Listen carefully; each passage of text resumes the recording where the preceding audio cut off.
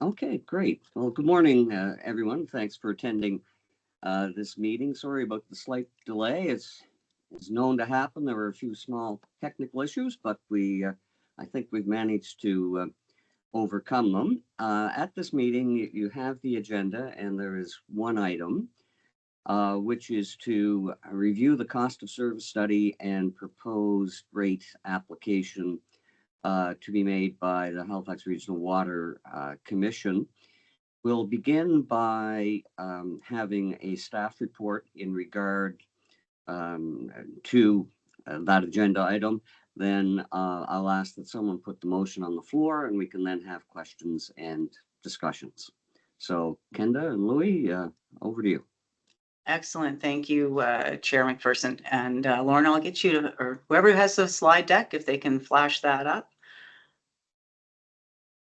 We'll get started. So thank you. Good morning. And we're here to provide the overview of our general rate application as proposed to be filed with the Nova Scotia Regulatory and Appeal Board. The next slide, please. So as we go through this and review the staff report and look at the rest of the presentation, we just want to draw attention to some key points. Halifax Water, as we're public utility, we focus on operating our services at a break-even point with no profit built into our rates. We are municipally owned, and as such, we're very mindful that the impact a rate increase can have on the customers in relation to affordability and the overall economic well-being of our region. And Halifax Water in the past has been utilizing surpluses and reserves to maintain rates during and after the pandemic at lower levels. And we're mindful through the Nova Scotia Regulatory and Appeal Board that there's language and in the Act that the board has a fiduciary responsibility to achieve cost neutrality in our operations. Next slide. So just a snapshot of our current situation. During and coming out of the global pandemic, Halifax Water intentionally suppressed some of the rate increases by utilizing and relying on reserves and accumulated surpluses that we had at hand. In 2020, we were able to use $12.2 million to offset the budget shortfalls. And then in 2022, when we went in for our next rate increase, we had $5.4 million available to address some of the shortfalls. We do note that stormwater rates still did not meet full revenue requirements at that time.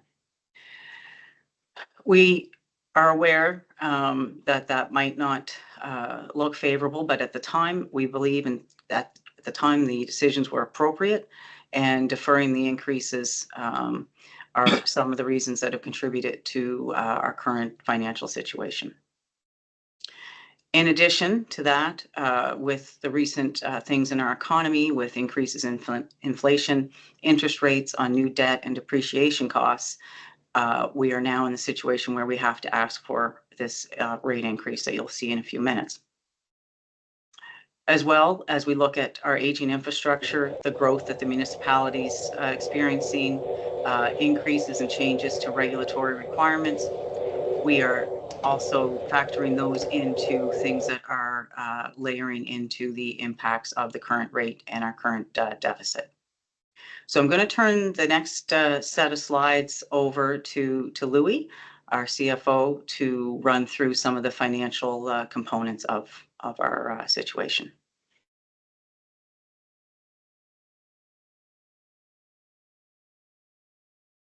Thank you, Kenda.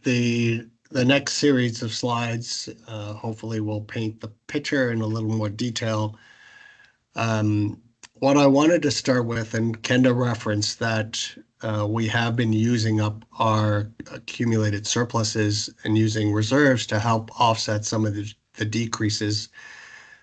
This slide, and I know it can be hard to read, it's in the board report. At the beginning of our 2021 fiscal year, we had approximately $38 million in accumulated surpluses. If we were not to have any rate increases, we would have a combined operating deficit or accumulated deficit of close to $90 million. So these are significant numbers. And one highlights that we have used the surpluses to help us maintain rates and to keep them lower as we came through the pandemic. But right now, we no longer have that opportunity to continue to use surpluses to offset rate increases. If you can go to the next slide, please. So we have a methodology that we use that has been approved by the Nova Scotia Regulatory Appeals Board that drives the way we are to calculate rates. That methodology, a cost of service methodology, will create the rates that you're looking at here as a starting point. And then we have a couple of other scenarios that we're going to present that help us, one, support our customers, and also help us deal with the accumulated deficit that we're expecting to have at the end of the 25-26 fiscal year. So if we can go to the next slide, please. And I will start with when we wrote the board report, we purposely draft the motion to give us a little bit of flexibility so that as we're going through, as we did, checking all of our work, if there are minor tweaks that need to happen, we're able to adjust and still be within the range that we have proposed in the board report. So some of what you will see here are slight changes to what the information that you have there. So the first scenario that we have is based on our cost of service manual. So this will have our base charges for water, our consumption charges for water, and then our base and consumption charges for wastewater. The first column on the left-hand side is our current rates based on a generic average consumption for our residential customers. And we tend to focus on our residential customers because they are by far the largest group of customers that we have. So this would be the group that would be most impacted as we go through the process. So the first column is our current rates. I'll just focus on the bottom number. The total annual cost is approximately $876 based on the cost of service manual rate studies. Year two would be 25-26 would be $1,047. And then for 26-27, $1,137. So the cost of service manuals propose an increase of about 19.5% in year one and 8.6% in year two. If you can go to the next slide, please. So the next scenario that we developed is one that we have been using for the last several rate applications. And in this scenario, we have maintained our base charges. Our base charges are fixed. They're based on the size of a meter. And we have applied the rate increases to the consumption component. So you'll see when you look at the base charges, you see there's no increase year over year. And you can see some fairly significant increases on the consumption percentages. The reason we have proposed this scenario is it gives our customers an additional degree that if they are managing their consumption, it could affect their bills. In the first scenario, they could affect part of their bill increase. In this case, by managing their consumption, they can adjust the entirety of the bill to affect the increase. So in this scenario, our current rates stay the same, about $876. Year one is $1,014. Year two is $1,084. And you see that the increases that are here are slightly different than the rate increases that you would have seen in scenario one. If you can go to scenario three. So scenario 3 is building on what we did in scenario 1. Scenario 2.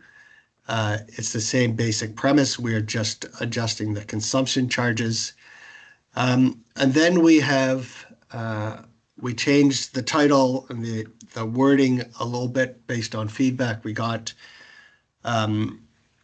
to recognize that this strategy allows us to recover some of the shortfall in 25-26 and apply it to rate increases in 26-27. And why we've approached it this way is we have developed these rates assuming that they're in effect on April 1st of the fiscal year.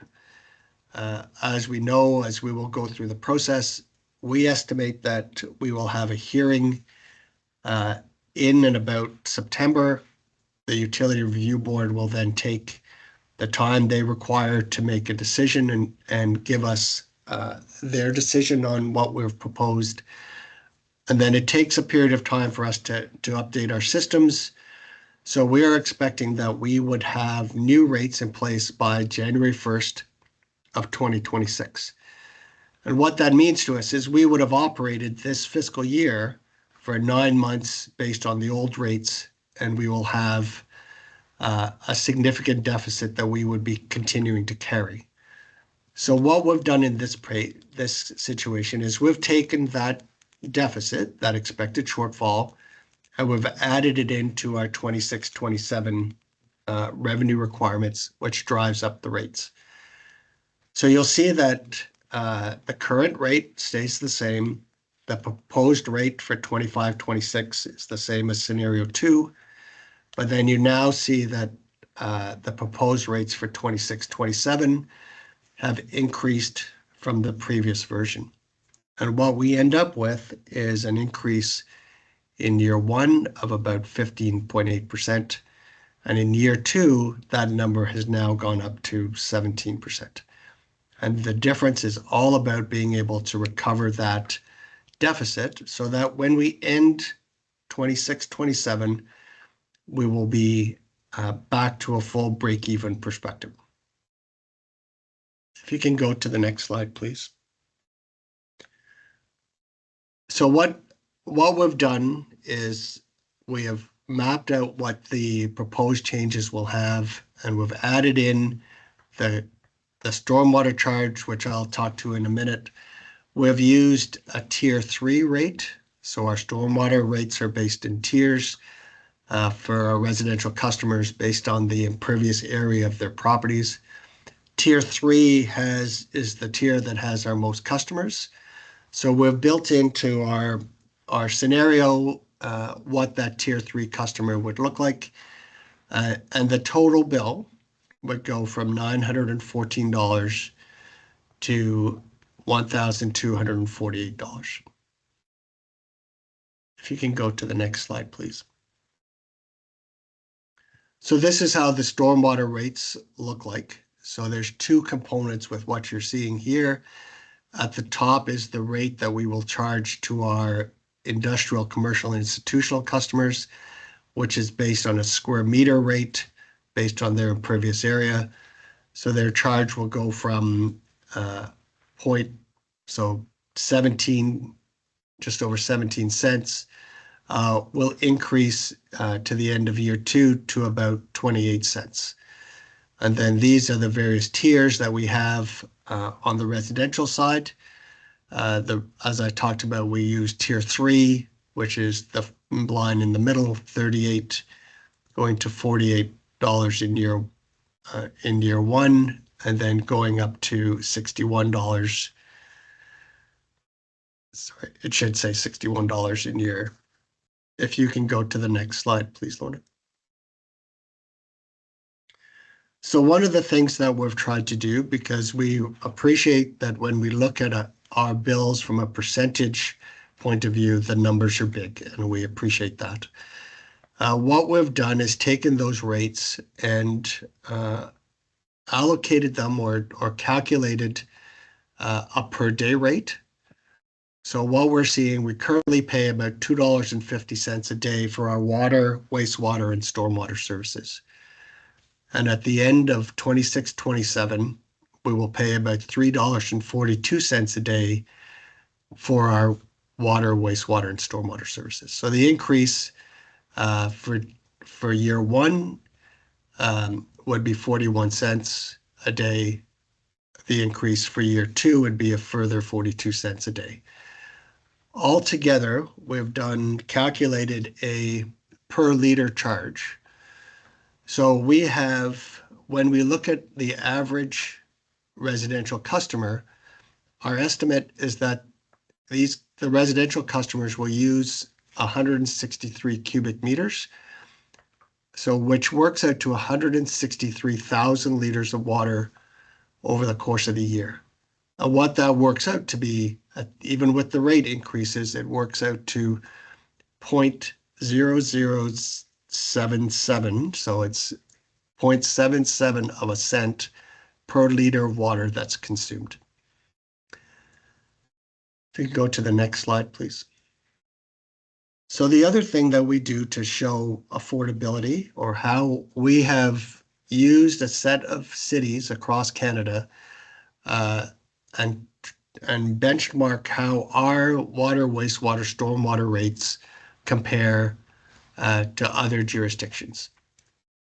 So what this graph is showing is that based on our current rates, the average across Canada is approximately $1,135 a year, and our current bill is about $914 a year. If you can go to the next slide, please. So this slide is showing just water, and we look at the rates. So the average across Canada is about $520 a year. Halifax Water, you can see the last three lines are Halifax Water, where it says Halifax, that's our current cost, which is approximately $350. And then you see the rate increases that we're proposing and the impact they have on moving us towards the average of our benchmark cities. So on the water side, we are slightly above average. What we have done here is we have kept all the other benchmark cities based on their current rates. So we're not trying to predict what their rate increases will be. Our experience across Canada is that all utilities are facing similar challenges. So the expectation is the average across Canada will increase as well, and our rates will continue to be in the at or near the average. If you go to the next slide. This is the similar picture, but for the wastewater only perspective. You can see the national average is $529. You can see the last three columns, Halifax is currently very close to the average. But with the rate increases were proposed, you can see that we're now creeping up above the national average that we on our benchmark cities. And if you could go to the next slide, please. So this slide is not all the municipalities have stormwater. There are very few that are structured the way we are that have all three services in a regulated utility. So we have pulled rates out of various places to try and get the comparable stormwater costs. You can see from this that Halifax Water, based on our current system, is well below where others are across Canada. Some of the impact of that is we anticipate that some of our comparatives have different standards around the type of the type of stormwater that goes into the system. So you see the wide disparity in these rates. If you can go to the next slide, please. So one of the things that we do and have done traditionally is we continue to look at affordability. So one of the things that are built into our rates in terms of we use as a comparator is we look at the median household income for the city of Halifax And then we compare what our costs are relative to that median household income. What we have done is we traditionally use 2% of median household income as the upper limit in terms of determining affordability. When we do compare our existing rates and our new proposed rates, we still are within that affordability benchmark. So it currently costs about, for water, wastewater, stormwater services, about 1.05% of median household income for our services. With the rate increases that we're proposing, it will move up to, we estimate, 1.44%. So we're still within the 2%, which is one of the key benchmarks that we look at. The other thing that we highlight is we do have our H2O program, our Help to Others program, which is designed to help people who are really struggling to pay their water bills. We continue to work with the Salvation Army as they deliver the program on our behalf. We continue to have, last year we had about 47 customers who took advantage of the program. As in other years, the program is not fully utilized. What we do from a customer care perspective, as people call in, as we're working with them to help them pay their bills and to arrange payment plans, etc., is we will bring up and talk to them about the H2O program, and people who are eligible will go from, as part of the conversation, will apply to the Salvation Army, and they will be able to use some of the funding or the funding that's provided by the program to offset their outstanding bills. If you can go to the next slide, please. So that has been, we're focused primarily on our residential customers. We do provide public fire protection services, and to the municipality. So that is the whole system that we have to support fire protection and getting the hydrants working in the manner they're supposed to. So we calculate rates, excuse me, for public fire protection. The current cost is approximately, sorry, I just need to make my screen a little bit bigger, approximately $8 million. We have again done two scenarios. We have looked at what comes out of our rate studies, and then we've applied, just like we did to the residential rates, we've applied our deficit elimination calculation, and you see that the rates increase for scenario 2 into scenario 3. At the end of 26-27, the cost will be about $13.3 million. Similarly, on the private fire protection, the current charges are about $1.7 million. Based on our proposed scenario, it will move to approximately $3.7 million. So again, significant increases in these rates as well. If you can go to the next slide, Lorna. The other key component of our rates is related to the right-of-way charge. This is the charge that we apply to the municipality, the provincial government, and the Bridge Commission. And this is the charge for Halifax Water to handle the stormwater that comes off the roads. So currently, we have two scenarios again. The first scenario would to see, based on the cost of service scenario, would go from about $6.4 million to the city in year 1 to 7.2 in year 2. You can see with the different alternatives, year 2 goes up to approximately $8.1 million. The province similarly has increases. $1.5 million is the current rate study calculation, that would go up to 1.9 in year two, based on our proposal. The Bridge Commission is considerably smaller. If you can go to the next slide, please, Lauren. So one of the key reasons we need to be able to bring the commission back into a break-even point by the end of 26, 27 is we have been talking about the need for us to continue to invest in our infrastructure.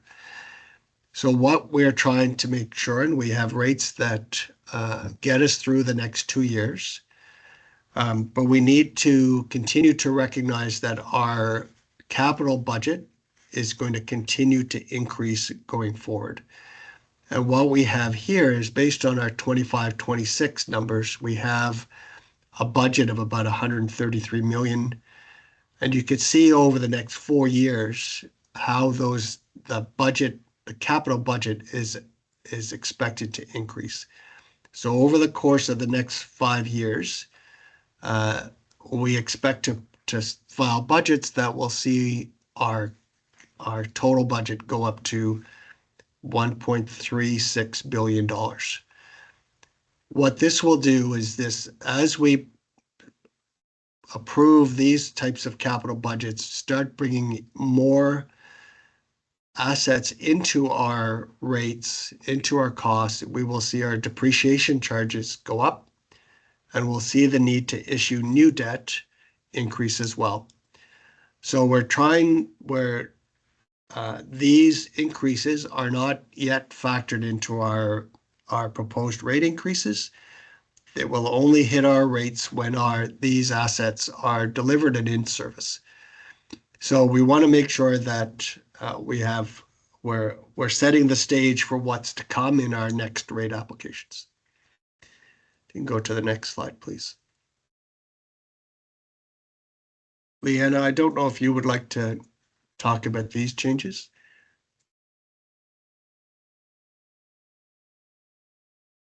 Sure. We have made some proposed changes to the regulations. In the first part, we're looking at updating and proposing new definitions for greater clarity.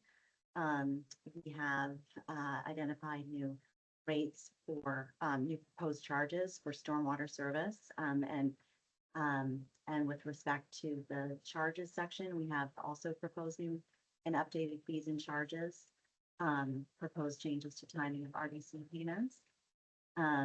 We have also, in provision of service, we have proposed changes to customer of record accounts for property owners. And with respect to the water service, we have again proposed changes to scheduling connections to the system. And we have identified changes to the lead water service connection replacement to increase authorized reasonable expenses, which is actually coming before the board right now. Next slide, please.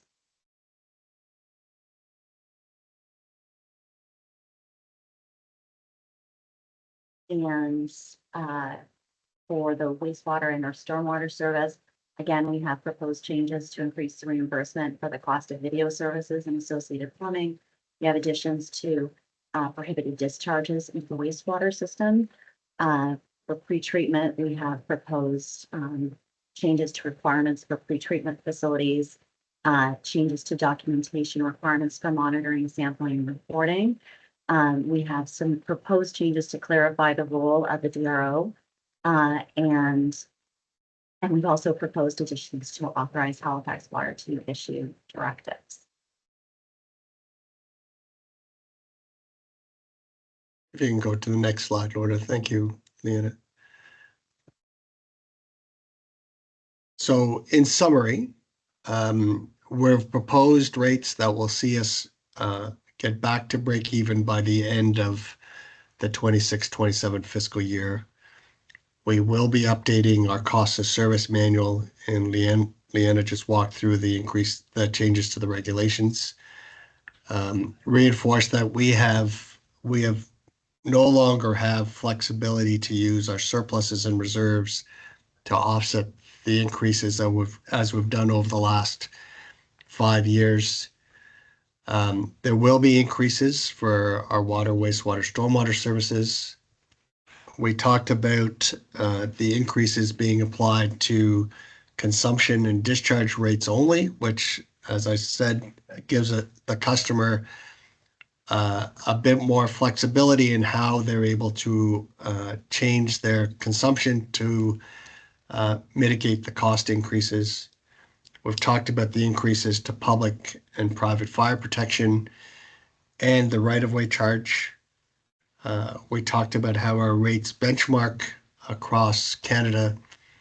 And we are hoping, based on the outcome of this meeting, to be able to file our application today. In that, Kenda, I don't know if you have closing comments or we can open the floor up for questions. Yes, and thank you, Louie and Leanna, for providing the overview. And just as a note, in trying to consider to apply today, there's a big administrative undertaking to format documents and everything. So our intention is for today. If it drifts over into Monday, we will let you know, but we'll be sure to let you know when we do hit send and upload to the Regulatory and Approval Board. I do want to just note that staff have been putting a lot of long hours going through the documents. Louis and his team, Fabio and Tamin, and then the executive team as well, going through making sure that I's are dotted and T's are crossed, and trying to pull together some of the pieces that have been, from a regulations perspective, unclear or needed some attention and housekeeping over the last couple of years, and making sure that all the information is accurate and available for this filing. So it's a big undertaking, and I just want to say thank you to the team, and thank you to the board and some of the counselors and those that have provided feedback over the last few months that helped round this out. So I will turn the floor back over to Commissioner, or to the board chair, and we're here to take questions. Okay, thank you, Kendall, Louis, Leanne, and also to your staff. I know there's a lot of work goes into this. Could we perhaps put the motion on the floor? It's quite a long motion. I think it would be sufficient to just reference the motion as set out in the agenda, and then we can get to questions and comments. So would someone like to move the motion? I can do that, Mr. Chair.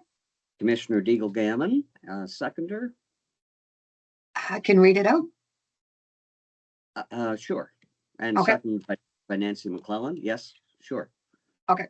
I move that the Halifax Water Board approve the filing of an application to the Nova Scotia Utility and Review Board requesting approval for, 1, an increase to rates for water, wastewater, and stormwater service effective January 1st, 2026 and April 1, 2026, as described in this report.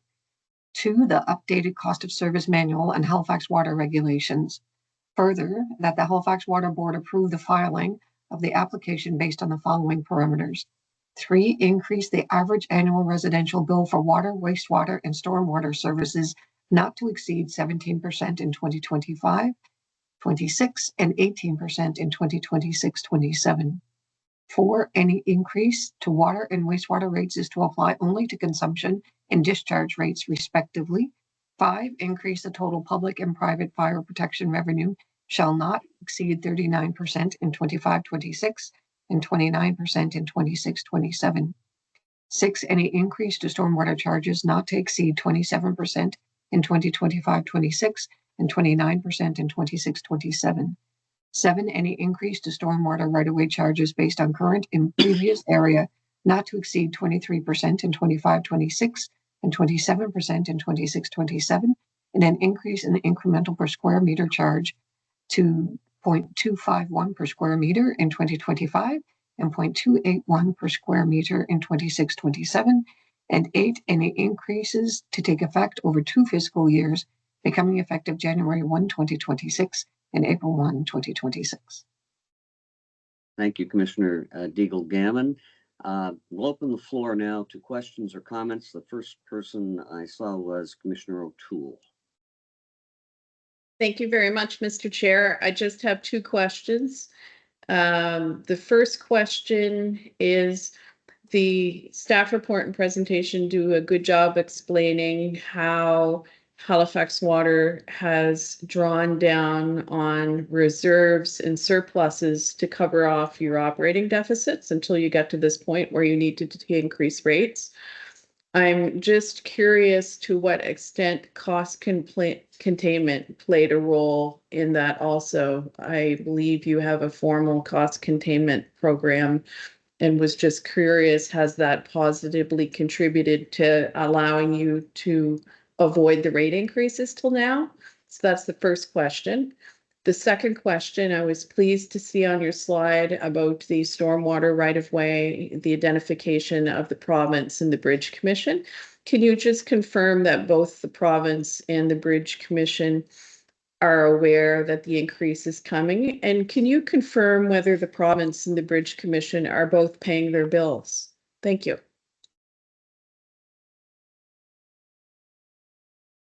I didn't write down all the questions. The cost containment, yes, we continue to have an active cost containment program. Cost containment has some of the different items that we have put into practice over the years has generated savings when they were first initiated, and some continue to provide savings going forward. On average, we're over about $5 million a year that those initiatives have saved us. So it continues to be an active program that we continue to strive to make sure we identify savings through that process. I will say some of the most significant changes that we've had in the past relate to the redesign of our pension plan, and that has continued to provide benefits to us as an organization and has made the plan very healthy. So that has been one of the most significant cost savings over that time period. Kathy, sorry, the next question you had. It was the right-of-way charge for the province and the Bridge Commission. Are they aware that the filing is coming, and just also are they paying their bills? We did do a briefing with the province before we have over the last week. It's all running together at this point. So they are aware that we are filing. I'm trying hard to remember the extent that we went through the right-of-way charge increases with them. But we made it very clear that we need to increase rates. So they would be aware that they are a significant payer of the right-of-way charge. We have made a considerable amount of progress with the province and around paying its bill. To date, they have paid a substantial portion of it, but have asked for additional information, which we provided fairly recently to them, that provides even additional support to how we calculate those numbers. But we continue to have active conversations with them about making that payment. The Bridge Commission paid their bill very early on, so we have no issues from that perspective.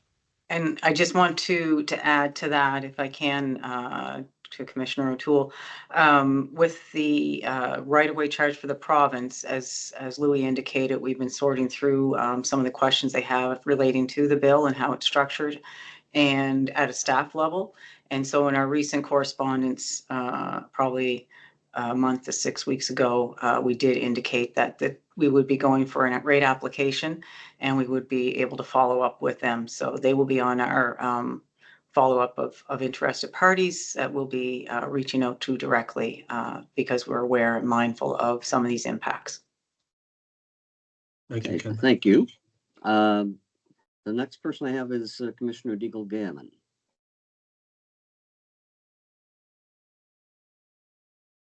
Thank you, Mr. Chair. So it's always uncomfortable when you're proposing a rate increase. It's not the nicest position to be in, but I do believe that the report and the presentation really validates the position that is being recommended, which is great. When we're looking at the three scenarios and you look at the consumption plus the deficit elimination, I guess I'm wondering, Louis, so by the time that we come to balance at the end of 2027, will it then be looking at the rate to see if it is still required to be at that level? Because where it's consumption plus eliminating the deficit, I was just wondering, once you come into balance, is it still required, or will you then be looking at some kind of an adjustment if it would be needed? So that's one question. The other question I had was around the H2O program, where there are people we know that are suffering, and it's very difficult to make ends meet. Where the H2O program is not fully utilized, what are we doing? Are we looking at the threshold or at the criteria, how it's being applied? Is there anything that we're doing to make it more public so that people know that when they're in crises, there is an option that's available to them? So those are the two for now. Thanks. And I don't know if you want to start with the conversations we have planned with the Salvation Army. Yeah, so we have some upcoming meetings with the Salvation Army, and we'll be looking at the program and again trying to identify are the thresholds appropriate, and then also how do we help communicate that out and make sure that's aware. But we're also the frontline customer intake calls. That's staff that we have are very aware of the program and promote it whenever they realize that a customer is in need. So we will be following back up with more details on that in the coming weeks. And if I can deal with the first question around the deficit elimination scenario, we are going to start very quickly working on the next rate application to make sure that we have rates that will cover and deal with the increase in our capital spend over the next period of time. What we will be looking at is we will do the math again that we did. We anticipate that we may not need the amount of money that was added in as relation to the deficit elimination component. And that will, if it's not required, will be a reduction in the rates going forward. But until we do those rate studies and do the math, it's hard to predict. And one follow-up question, Mr. Chair, if that's possible. Of course. Yeah, thank you. So the provincial legislation, and I know that this affects capital, but around the freeze on the regional development charges. So I'm thinking that some of the stuff that we've gone through that contributes to our debt. So is it possible that would contribute to debt and capital in the future? No? The way the regional development charge works at Halifax Water is we, in our budgeting, determine how much of our capital program relates to growth. We allocate those costs to the regional development charge. We develop fees that we will use to recover those costs, and those costs and those revenues are kept separate from our rates. Okay. So as if the development charges are frozen as they currently are, what will happen is less money will be going into that specific fund. That would have to be increases in the regional development charges going forward to offset the shortfall that we would anticipate in that particular fund. But that's completely separate from what we're looking at today. Oh, great. And just if I may add to this, for the fullness of the board's awareness of the freeze, the legislation as we see it is written such that all development charges are frozen. So the RDC is the largest one. And as Louis indicated, it does the way it's structured, it does not impact the rate base the way it is. We do have a suite of charges that are tied to connections and inspections that could be viewed as development charges, because that is the customer base that's paying them. Those are embedded in the regulations that Leanna said that we're going to be seeking some amendments to. As the legislation's written, we believe that those would be subject to the freeze.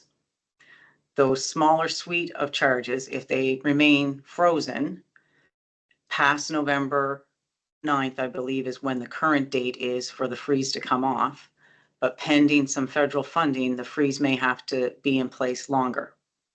Okay. Okay, so if the freeze remains and if it does apply to those charges and they can't be increased, then those increases would be subsidized by the rate base. There is language in the legislation for somebody to reach out and write the minister to ask for those charges to not be frozen. So in anticipation of a future continued freeze, we are going to write to the minister about those suite of charges in anticipation of it being frozen longer. But it may line up if the freeze comes off in the fall and our charges come into effect in January, it may not matter. So we're just being mindful of those pieces of what is in play here with development charges. Thank you. Rather complicated. Yes. Okay, Commissioner Purdy. Thank you, Mr. Chair, and thank you for this. This is very difficult. I'm thinking of all of our folks on fixed income, and they don't have any raises coming to them with their fixed income with all of the higher cost of living charges. And even with HRM keeping the tax rate so-called flat, it's not. Everyone is still getting an increase in their property taxes because of assessments and such. So this is very difficult. I'm also thinking of apartment dwellers, renters. So many of our apartment renters have water included, and I'm wondering if this is going to change for them and they will now have perhaps separate payments for water too. So you answered my question. I was going to ask about the development charges as well. So thank you for that. I'm wondering, why is a 2-year deficit elimination necessary? Why not like a 5-year to prevent the steep double-digit increases? Is there a penalty for running a deficit? Like, is there some sort of financial penalty that comes to Halifax Water for doing that? And just why the fast turnaround when this has been kind of going on for 5 years to help eliminate the pain for all of the customers? I'm wondering, the UARB, do they connect like rate increases with performance, and how does that, what do you anticipate their response is going to be to this? Because are they able to propose a different rate increase if they don't approve of the rate increase that Halifax Water gives them as an option?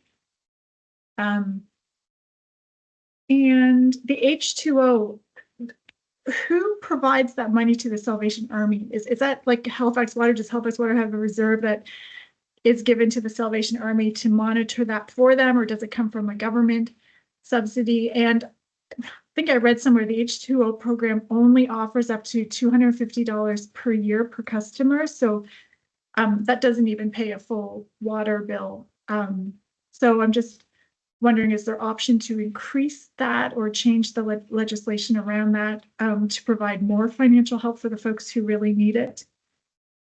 And I think that's it for now. I'll start with the approach to recovering the deficit over 2 years. It is certainly a possibility to extend that over a longer term. What it does, though, is at some point we need to be able to recover that money to bring the organization back into balance. Without that, the cash from that, recovering that cash, we will end up in a situation where we're likely taking on more debt and we'll increase the rates.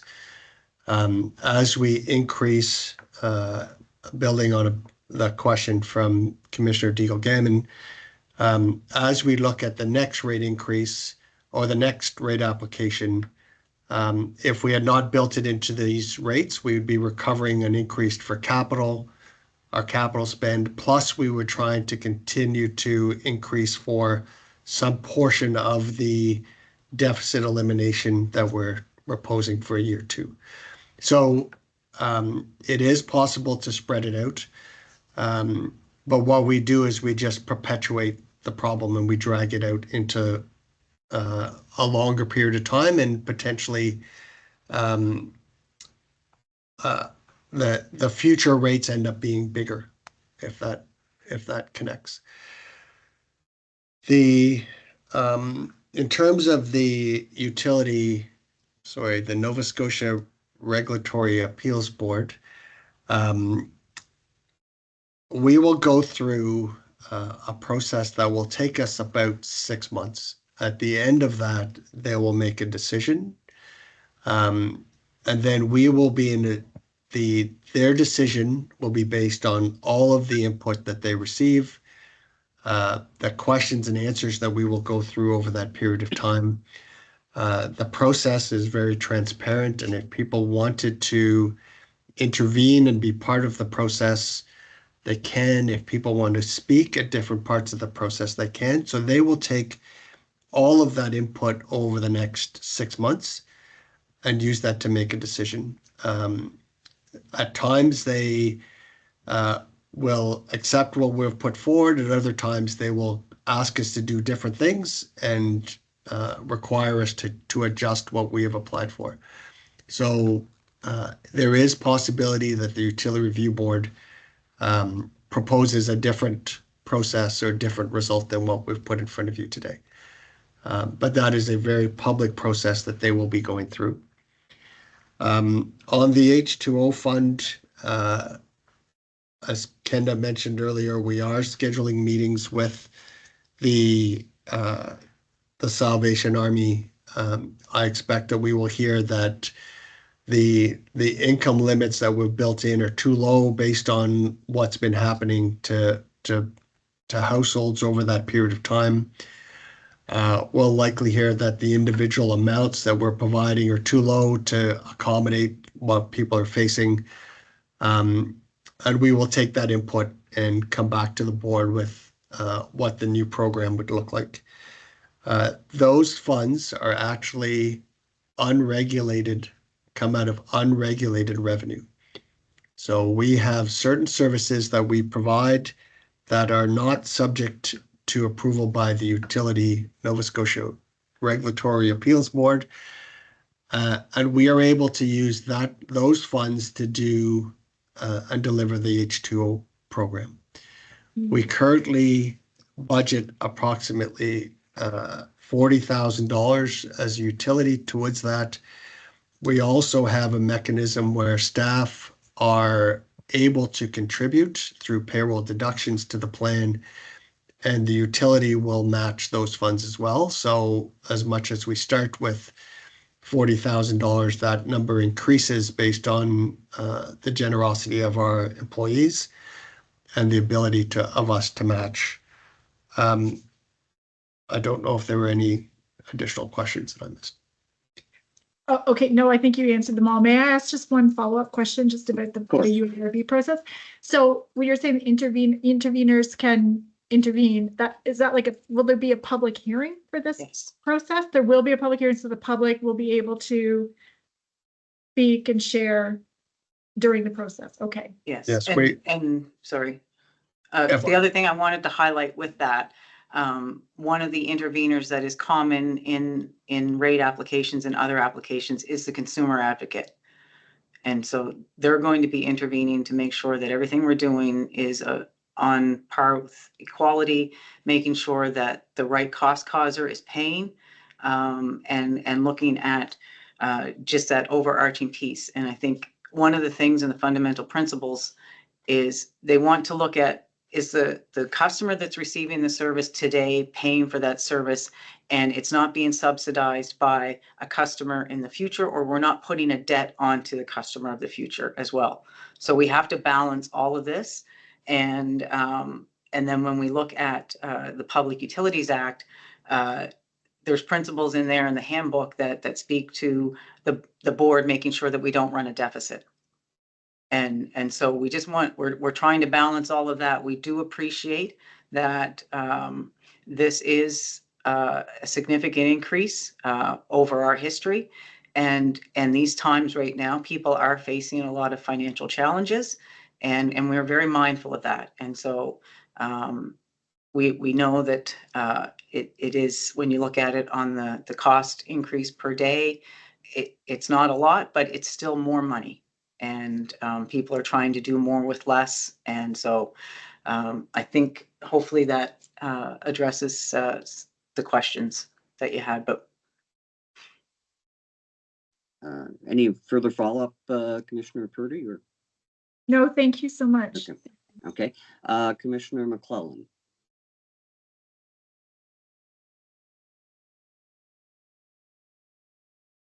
Thank you. I do think of this as being sort of the first domino where the staff and experts at Halifax Water get to, kind of publicly show people what's going to be filed, show people the work they've done, the analysis, the options, the recommendation, and open the door for the dialogue that will ensue with the regulator, with the staff, and sort of in the public hearing. So I think folks did a really good job of summarizing some pretty complicated information for it to be digestible for folks.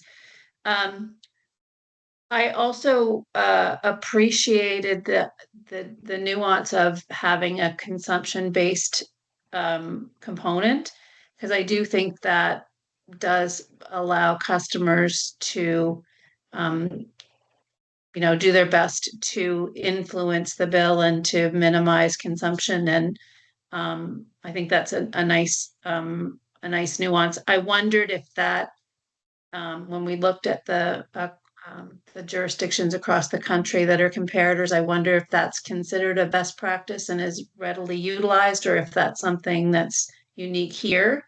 The other question I had is, can you be kind of chunky about when the last increase was? Because I know there was a concerted decision to hold rates, coming out of COVID, affordability issues emergent, and I know it has created this crunch that you folks we're all facing right now to make sure that we invest in infrastructure and safe water. And we've kind of seen in the last little while how critical that is for all of us into the future. So two little things: best practice on consumption, and when exactly the last increase was. Thank you. Thank you. I'll step back a little bit to 2020, the first application I would have been involved with.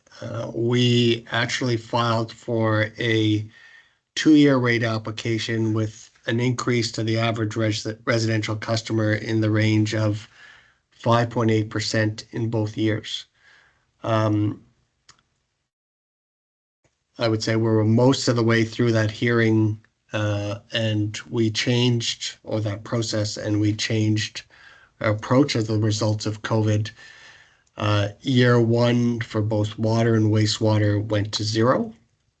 And then year 2, we did have increases on the wastewater side. I don't remember increases on the stormwater side, but we could go back and check. In the next rate application in 2022, we proposed a 3.6% increase in year 1 and another 3.6% increase in year 2. Those took effect December 1st, 2022 and April 1st, 2023. So that would have been the last time our water, wastewater, stormwater rates were increased.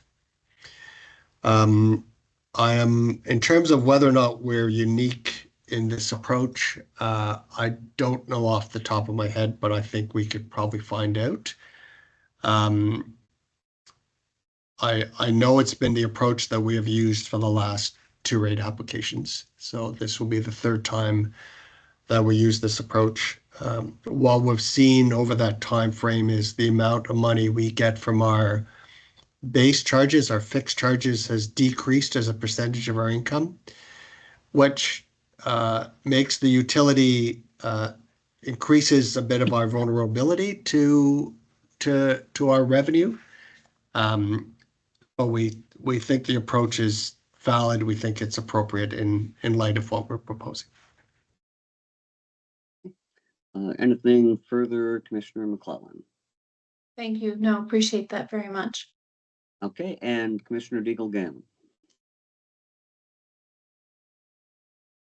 Mr. Chair, I'm not sure if you can see or not, but I think Commissioner Cuddle is there ahead of me. Yeah. And I could not see that, actually. Sorry. Yeah. Commissioner Cuddle. Thank you very much. And apologies. I'm attending the Nova Scotia Federation of Municipalities conference, and I'm in a hotel with bad Wi-Fi. So that was the issue with me being able to connect, and I'm going to leave my video off to try to minimize any getting kicked off the Wi-Fi again. Yeah, so I missed part of the presentation. I did have questions about the development charges and the impact on future rates. And Louis, you did touch on that briefly, and Kenda, but I'm wondering if we can dig into that just a little bit more, because if we're looking at this steep increase now, and we know the development charges are frozen, and if that remains in place, do you have any projection on what we could be looking toward in terms of future rate increases to make up for the development charges? I'm concerned about the sustainability of this, and even though we're like increasing the rates today for the rate base, but the sustainability of revenue for Halifax Water to continue to do the work that it's doing in meeting future growth demand. The general model has been that growth is supposed to pay for growth, and if we're putting that burden on existing ratepayers, I think we're discussing one rate increase today, but I'm just wondering if you have a crystal ball that you can look into and predict any future impacts. And just to quickly note that I find it quite amazing. I was not aware that the H2O program to support in low-income households was partially funded through Halifax Water employees and reliant on donations from their own salaries to help fund this. And I find that quite extraordinary that that's the source. That's one of the sources of funding for this. Perhaps this is something we can discuss at a board meeting, a future board meeting, because that doesn't seem reliable or sustainable either, particularly as we're seeing an increase in need for the H2O program. Thank you. So if I can start with the regional development charge question, the way the program is designed is that the rate base is not subsidizing that growth. So if the regional development charges are frozen, what will happen is the developers of the future will have to pay for an increase in the future. The regional development charge, that portion of it is not being subsidized by the rate base. So when the province and others have talked about freezing rates, we have continued to reinforce the fact that the developers of today may be paying less. The developers of the future will have to pay more, because we will recover the money we need to to support growth, we will be recovering it from the people who are adding new units to the system in the future. So we need to, we have continued to reinforce that with the development community. I think that the target has been to keep the housing costs of today lower. But at the end of the day, those costs are going to be pushed down the road, and the future developers will be paying for those charges. In terms of the H2O fund, I will say as an employee, I'm very proud to contribute to that program. I think it's for having something that I can do something to give back to our customers. I take pride in that. So I do think that we, as much as it's a component, it is a voluntary piece that employees can do if they choose to. So I do think having that option has been positive. Whether or not the organization as a whole wants to put additional money into the H2O program, I think that's a topic of conversation once we're through our conversations with the Salvation Army. We will need to bring something back to the board for those discussions. And I just want to add to on the regional development charge piece. We are in year 5 of the last filing, and we were supposed to file an update to the regional development charge. It was originally October, and the board moved it to this past March. In light of the funding programs that were in place prior to the federal election, that we applied for 3 projects, and the conditions that the regional development charge would remain frozen if we were successful in obtaining those funds, we asked the RAB if we could postpone filing the 5-year update to the regional development charge. And that was granted, but we do have to give them an update, I think in June or July, of the status of the federal funding program and the status of the freeze. And depending on if we are successful, that will inform the next steps, whether we do a filing in the fall. If we're unsuccessful, I believe we'll have to file an update to the regional development charge in the fall. So there's a few things that we don't have certainty on right now because of whether or not the freeze will remain in place. But I just want you to be aware that those separate filings are happening, making sure that the regional development charge and the infrastructure needs are being captured, as well as the development growth component of our infrastructure needs for the next 20 years that feed into the charge calculations are going to be coming out of the integrated resource plan in 2027. So there's a few things at play with this, but the primary piece that we want to focus back in on is what Louis' comments about the rate base not subsidizing the growth component here. So. Okay. All right, thank you very much. Anything further, any further follow-up, Commissioner Cuddle? No, that's good. Thank you very much, Mr. Chair. Commissioner Deagle-Gammon. Thank you very much, Mr. Chair. So changing topics a little bit, but I know that in the report, it says about, some looking at the role of the dispute resolution officer. And so I'm just wondering, I've had occasion with residents that have engaged with the dispute resolution officer. So when the meeting is public, and I know it's in the report, but can you just do a Coles Note version about what we're looking at in some of those changes to the role of the dispute, or clarity on the role of the dispute resolution officer, please, and thank you. I think, Leanna, do you want to take? Okay, thank you. Yeah. Sure. So I think after reviewing the language as drafted, we wanted to clarify some words and terms that are used interchangeably in at first review, and in terms of the role, we confirmed that there's no substantive changes to the role of the DRO. Rather, just clarity around the word investigation versus a review of a matter. Clarity around who, like, is it the customer of record? Is it the customer who is bringing an app or a